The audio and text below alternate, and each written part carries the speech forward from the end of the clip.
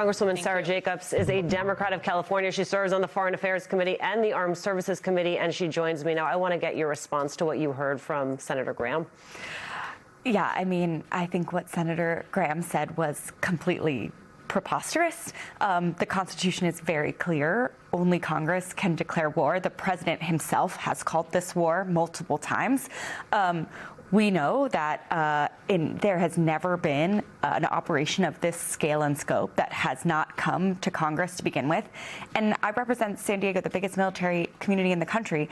It is disrespectful to my constituents, to the people who actually pay the price of this war, the people who we're literally putting in harm's way, to say that it doesn't require a debate, it doesn't require a conversation, it doesn't require the president coming and telling us his strategy and telling us how this is in the U.S. national interest. My constituents, our service members, deserve better. Well, you know, Congresswoman Madeleine Dean was on earlier with my colleague Stephanie Ruhle, and she made the point that in as much as it is about persuading members of Congress, it is about persuading all of you as our representatives, that it is in some way a way of messaging and selling this effort to the American people. It would seem they are not interested in such an effort. I mean, I am shocked that there is not an expeditious emergency session being called today, tomorrow. Your sense of why Republicans seem to have no urgency? Yeah, look, I think that's exactly right. And also part of coming to Congress is not only to sell it, right? It's because we have a really important job of asking questions, picking apart their hypotheses, making sure it's actually a good strategy, right? That's one of the roles that we have as the oversight body of the government. And so, you know, to me, it's so disrespectful. They won't come to Congress. They don't even seem to have a strategy or lay one out. And then, like, they seem like they don't even need to explain to the American people what we're doing or why. He says it'll be over in 4 weeks, so we don't need to worry about it. I'll remind everyone that 6 weeks after we toppled Saddam Hussein, President Bush declared, that everything was good, mission accomplished. We all know what happened after that. These things are not simple. They're not easy. We cannot predict what will happen, and the American people deserve to know. Your sense. Let's play this out a different way. He could have actually sent in those negotiators in good faith. Maybe he gets something that is actually better than the 2015 deal. Why not just take that victory lap? I mean, it's a great question that I don't really understand. In part because you've not been properly briefed? In part because we have literally gotten no briefing, not just now, since the strikes last year.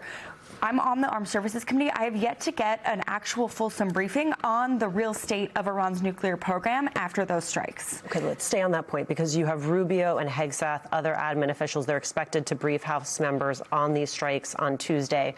You have as many questions as we do. Where are you going to start? I think for me, I want to start with what is the strategy and what is the goal? Because we've heard differing things. Is the goal to end the nuclear program? Is the goal regime change? What are their objectives? What is their plan to achieve those objectives? What does winning look like? Like, what is an end state? What is their strategy? And what I'm hoping to hear, though unclear if I will get to, is what is their plan for de-escalation? What is their plan for looking for off-ramps? How are they going to make sure this doesn't spiral into a quagmire that we are stuck in for 20 years. Have you spoken with any of your Republican colleagues since Saturday? I have not. Your sense of where they are on this issue? I will say, I think that there are a good number of Republicans who understand that whatever you think of the actual operation, the process has been wrong. Now, I disagree with the operation too, but you know what we're trying to say is the voting for this war powers resolution is not voting against the operation, it's voting for the Constitution. It's voting for our service members who deserve to have a debate, and the American people, the majority of whom, the overwhelming majority of whom disagree with this and deserve to have their representatives express that. I keep thinking about your and my generation, the millennial generation, which is defined by having come of age in the wake of September 11th. I am an elder millennial, you are a baby millennial, and yet our entire generation, our worldview was shaped by this moment. Our generation uniquely paid the price of those two wars in the Middle East, and this time it will not be our generation. It will be a younger generation of Americans who will bear the brunt of whatever it is that this administration decides. Talk to me about what that means, not just for this moment, but for a country and a generation that is still evolving.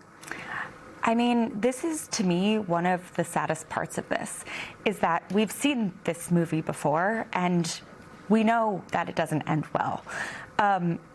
I was in middle school when September 11th happened, when Congress took votes that we are still dealing with the consequences of today. And that's actually part of why I decided to run for Congress, because I wanted someone there to be thinking about these long-term consequences, to be thinking about my generation and what happened to us. And now knowing that the next generation, the younger generation, is going to be dealing with this same thing, that they're going to be the ones that are fighting and paying the price, that my constituents in San Diego are the ones who are going to be fighting and paying this price, not Donald Trump, not his lackeys. I'm really concerned because I think what millennials know is that it really fed into this idea that institutions and leaders can't be trusted, aren't looking out for you. And that, to me, is what has led us here to Donald Trump. It's what's led to so many of the problems that we're facing. And I'm so focused on how we rebuild that trust and that faith in government and in institutions. And Donald Trump, in one fell swoop, just took that all away again. Democrats had a caucus call earlier today. It's my understanding the caucus sounds incredibly united on this question. If you can't get Republicans there, though, you're not going to have the votes that you need.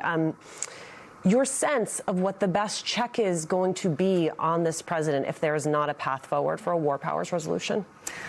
Yeah, look, I think we will be able to get the votes in the end. We have Massey. We only need one other Republican to side with us to get it done. But we also have to vote on funding. We have real oversight that we need to do. They are going to have to come to us and ask for more money for munitions, right? We know that the munitions stockpiles are something that we need to be looking at. And so I think there will be a lot of opportunities for us to make our voice heard and to say that this is not acceptable. We're not going to send funding to this. Representative Sara Jacobs, thank you so much for being with us.